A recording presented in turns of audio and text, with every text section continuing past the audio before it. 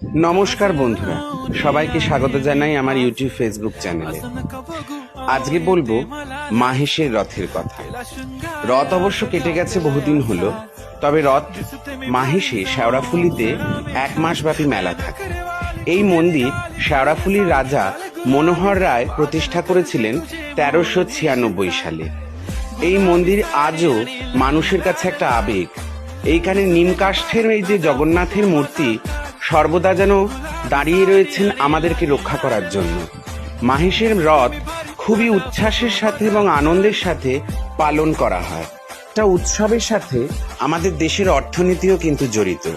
আজকে দেখুন এই মেলায় এত দোকানদারেরা তাদের দোকান সাজিয়ে বসে আছে, আমরা মানুষরা গিয়ে সেইগুলো যেমন কিনছি, এতে কিন্তু আমাদের দেশের অর্থনীতিরও কিন্তু একটা উপকার হয়। উৎসব শুধু মনের আনন্দ নয়, উৎসব কিন্তু দেশের জন্য একটা সম্বল। বিভিন্ন রকমারি জিনিস নিয়ে এই মাহেশের মেলায় দোকানদারেরা সাজিয়ে বসে আছে। আমরা গিয়েও একটুখানি গিয়ে বন্দুক ফাটালাম, মনে হলো কিছুক্ষণের জন্য ছেলে মানুষ হয়ে গেলে অসুবিধা নেই।